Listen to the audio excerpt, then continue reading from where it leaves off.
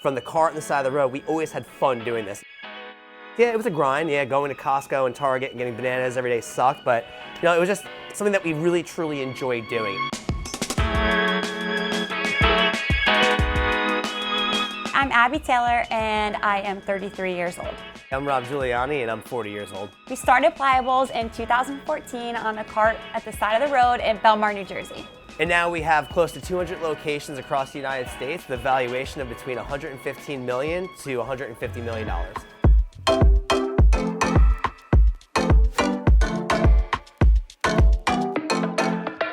Açai itself is really powerful antioxidant. It's a superfruit from Brazil, and it kind of looks like a blueberry, but it has a large seed in the middle, and what you're eating is the skin of the berry. We never deemed Playa Bowls a health food store. It's not a vegan store.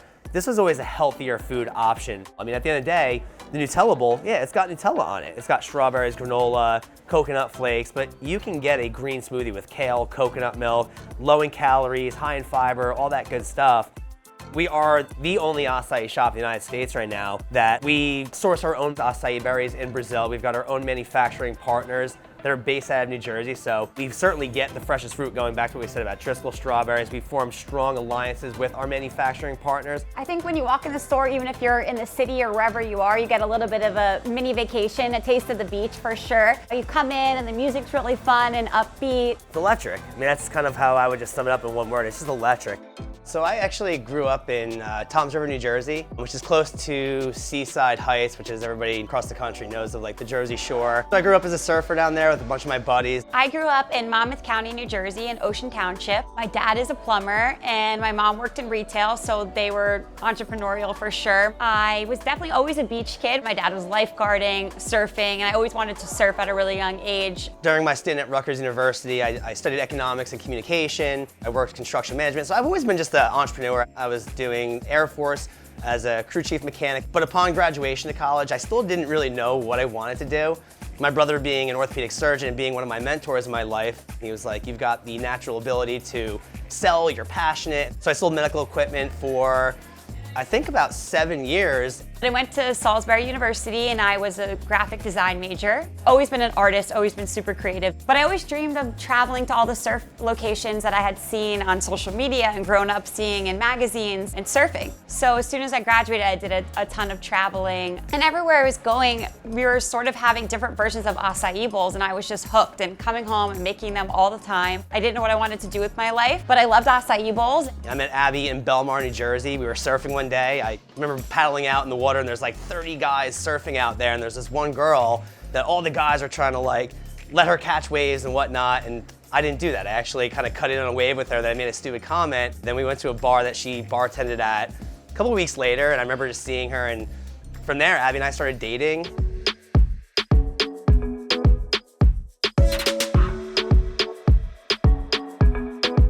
We rented a car, we didn't have places to stay. We just drove from north to south, Tamarindo down to Nocera, Malpais, Santa Teresa, and like every beach had its name, Playa, Playa, Playa. Then, you know, Abby and I got back, we sat on the couch and I'm like, we went through like a million different names, and then finally we were like, why don't we just name it Playa Bowls? I said to her, you're a great artist. You love acai bowls, you make them for me all the time. Why don't you start maybe thinking about selling them at the Jersey Shore? Nobody else is doing that. It was like you were on the beach and you could only have pizza or a sub or something really heavy, and it made you feel kind of gross in your bathing suit, and we saw definitely a gap and wanted to bring these acai bowls to everybody at the Jersey Shore where we grew up. There wasn't really a business plan. It just was like, as you can see, Rob and I are both like high energy. It was like, like she says that, but I legit did have a business plan written. It was on like a back of like, I don't know, like a magazine up in our apartment. It was like scribbled. There was no written business plan, and that's not who Abby and I are. It was more of just, it was fun, it was passion. We would sit every night and just come up with the ingredients, the menu items, the names, everything. Like she said, the sketches were like,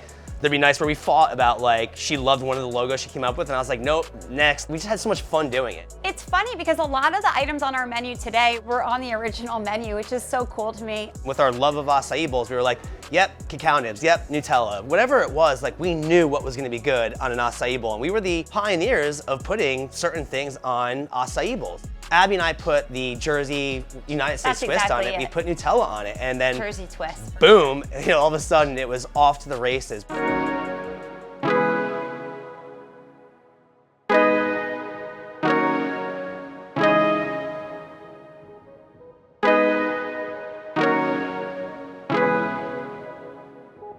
this older Greek guy that we love more than anything. His name was Jimmy. He was an entrepreneur like us. Me and him really hit it off with each other. I recommended to Abby, I said, why don't we talk to Jimmy and see if he would let us set a cart up in front of his pizzeria. He can run it with us through his health department, certifications and whatnot. And he said yes. The rent for the entire summer, he wanted $10,000. It wasn't a real written contract with a lease on it. It was a relationship, it was a handshake. I think he ended up negotiating it down to like $6,000 for me. Abby and I still knew it was worth the risk to run a summer with it. I had like $8,000 in my savings account. I think all in, we were at $7,000 to set everything up. And to us at that time, that was like, holy cow, I'm really spending $7,000 on this. It was $7,000 to start the cart, get the refrigeration. We like stole our friend's patio table and like umbrella and then just had this like whole crazy setup out there. In the first 3 to 4 weeks that we set up, we had 0 customers. Like absolutely not one. That's not true. It just was slower than we would have liked. We would sit there in our bathing suits and we had the one blender outside. The weather was beautiful. We had the umbrella that Abby painted on top that said pliables. And literally about 50 people per half hour walked right by us, not even looking at us, to go buy pizza and cheesesteaks, whatever else Jimmy was selling. And I was getting so frustrated. I'm going, what are we doing wrong? But what Abby and I didn't realize was they didn't know what we were selling. They didn't know what acai was. They didn't know what pitaya was. We knew it. So I knew we had to make adjustments and changes to what we were doing, from just the signage to repositioning things to going out and doing guerrilla marketing, and we would print out little flyers from like Staples and go out on the beach and hand them out and talk about acai and talk about our travels and point to the umbrella across the street. We pushed each other to be out on that beach every single day for an hour or two. It was sessions like surfing to go out there and hand out these postcards to the groups of college students, high school students that were sitting on their beach towels. And we'd always point back to the purple umbrella and say, that's where it's at, and go. And then when lunchtime hit, you'd see the masses of all the kids starting to come to our stand. The line was down the road. We added music out there. I had my chocolate lab, Dolce, that sat out there every day and customers would come pet them. And that gave us the opportunity to start conversating with the patrons. It was a lot of educating, and I remember Rob literally was like crying one day, and I'm like, stop. I'm like, they don't know what it is, and we have to just have them try it one time and they'll be back. And that's kind of what happened. It slowly was like catching on, and people were realizing that after a night out, it was like a really good hangover thing. And one morning I remember just out there, I had slept for 2 hours and woke up and like, the line was down the block and I'm like, they're getting it, they get it. I was sitting in surgeries in the operating room, educating doctors on how to do their surgeries, and I get phone calls from Jimmy complaining about Abby or vice versa, like, hey, they're not cleaning the garbage up, and I'm going, I'm trying to educate a surgeon on these surgeries, but I'm literally sitting in my scrubs taking phone calls about fruit on the side of the road. It's all about the fruit. It's all about the fruit. But then like, the ironic part was I'd leave surgeries halfway through, go back to the cart in my scrubs, and I'd start making acai bowls and getting phone calls from surgeons going, hey Rob, I'm doing a rotator cuff surgery. Which way does the suture go through? And I can't keep doing this. I can't give a surgeon direction on the side of Ocean Avenue while making fruit bowls. Abby bartended at DJ's and her nights were really late there. She'd get home after cleaning up the bar 4 or 5 o'clock in the morning. We start cranking here around like 8, 9 o'clock in the morning. So I wouldn't expect Abby to wake up at like 7 o'clock. So I would set the stand up in the morning at like 7, 8 o'clock, let her sleep in till 11 o'clock. But as we got more popular, it started getting busier and busier. So then we had to start hiring employees. We had to start like really checking inventories. I mean, I was doing Costco runs and Target and Walmart like 40 times a day. I used to go to Walmart and every employee there would call me Banana Boy because I'd walk out with like 40 cases of bananas, yeah, like clear their shelves. How many cases of bananas do you have? And they'd be like 5. I'm like, I'll take them all. Yeah, we take them all, that's it. At the end of the day, we had the cigar box that I actually had that was just stuffed with cash. She'd watch me and she'd make fun of me the entire time because like I would count the money 5,000 times and I would flip it over, I'd count it again because I was so proud of what we were doing. Yeah, it was impressive. Like we're selling, I think the bowls were $10 like at the cart or $11. The police officers would literally say to us, are you guys putting drugs in the bowls? I was like, dude, I'm like, of course we're not. But like, we're like, it's just acai, Nutella, peanut butter. I go, our peanut butter is like crack. I go, if that's what you want to hear. When we had that cart, I think we were doing about $1,500 a day in cash. Putting that in the grand scheme of things of what Pliables is doing now, it was huge. As Pliables evolved, we had the cart. Then the next summer, we just rolled that money back in. We weren't really taking money for ourselves.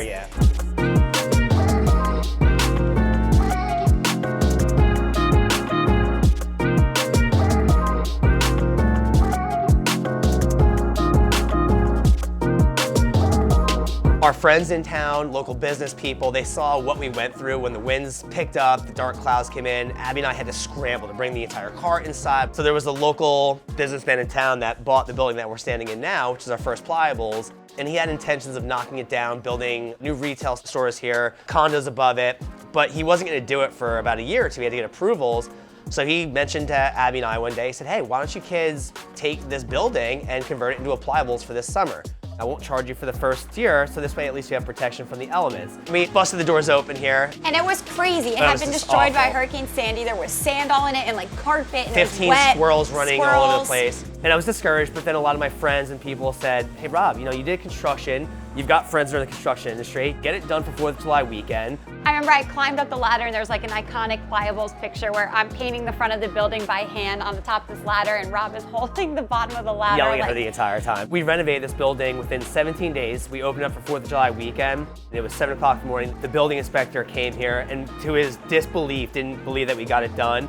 Gave us the approval sticker, and then we opened the doors at like 8:30 in the morning, and there was a line down the road, which was amazing, the whole day. It made everything worth it, but it was just nuts. And I remember a lot of my mentors in town were like, take your money and shut down for the winter and go travel and do your surf. I wasn't taking that for an answer. We pushed to keep it open through the fall, through the winter, and a lot of the high schools around here, we were busy all fall and winter, and people, again, were blown away from town to everybody going, wow, like Dunkin' Donuts shuts down during the fall and the winter, and you guys stayed open and you maintained a functioning business that was making solid revenue.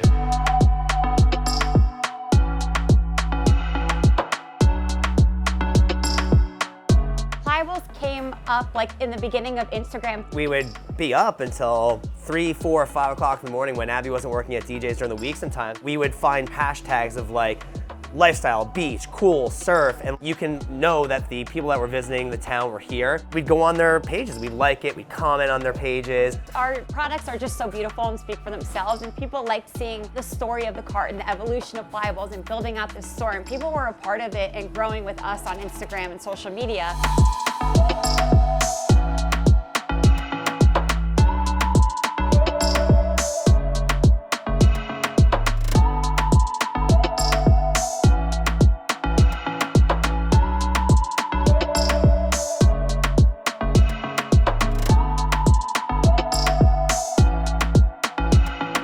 2016 was when the notion of franchising came up. Abby and I being surfers, like, we didn't want a franchise. We thought it was kind of a cop-out. One of my college roommates had approached me and said, hey, I want to get involved with Pliables. And he had his MBA from Rutgers. He was familiar with franchising. I mean, he really pushed Abby and I to go down that road of franchising. And I made a deal with him. I said, if you do X, Y, and Z to get us to that stage, we can give you or offer you this amount of equity. And that's how we made that business partnership. We gave him 33% ownership of the franchise company. We're no longer partners with that person, and we've separated ways, and it was, amicable, and things turned out the way that they did for a reason.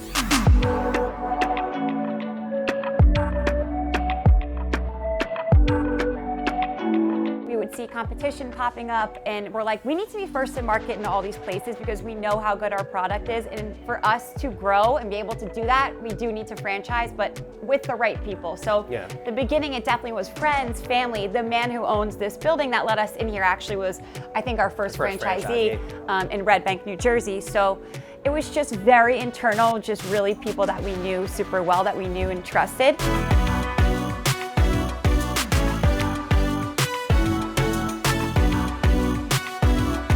Knowing that we needed more of a, I hate to say this, but an adult in the room, we found an executive person, Gary Moss, that came to us. He wore many hats when he first came to us because we needed to know about how to get leases for new properties coming up. He was a great negotiator. He knew a little bit about franchising and business development. And fast forward, Gary's now our Chief Development Officer for Pliables. I knew, and Abby knew too, that we needed to bring on additional support. It wasn't just about money for us and taking chips off the table per se. It was, we needed support from professionals that can come in to really clean up the organization and protect us more.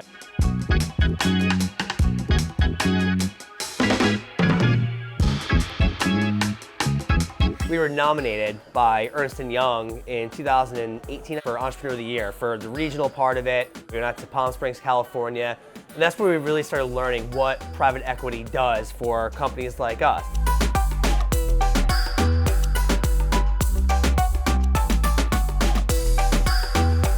Our company was valuated when Tamarix and Pacific General came in as our strategic partners at $64 million.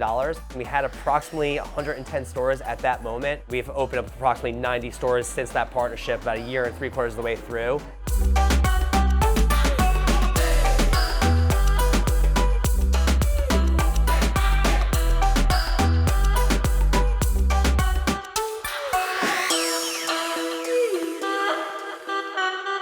I hear people say a million times, an acai bowl is now called the Playa bowls in the United States, which we know we've created like the market for it. Pretty iconic. And I used to get upset in the beginning phases about our competition popping up, and I'd always like kind of look at them and I get angry and upset going, how could they do this? But the cool thing is, like, I know that we've created the brand in the market and we've got to be the pioneers and the leaders going forward. And too. I'm hearing a lot of stories about all these new shops or different brands and stuff that are popping up. But if you listen to our story, it's real. And I think that we really are surfers and this is our lifestyle and this is what we've created. And I think that that shows true in why Playa Bowls is so successful. And I think Abby and I as entrepreneurs, we love the challenge of going out and, as do most surfers, really hunting their waves down and catching those waves. You're gonna have days that you're really good at surfing and there's days that you are just absolutely awful. And it's really dependent upon the conditions that are out there. And I think Abby and I have correlated that into our experience with Playa Bowls too.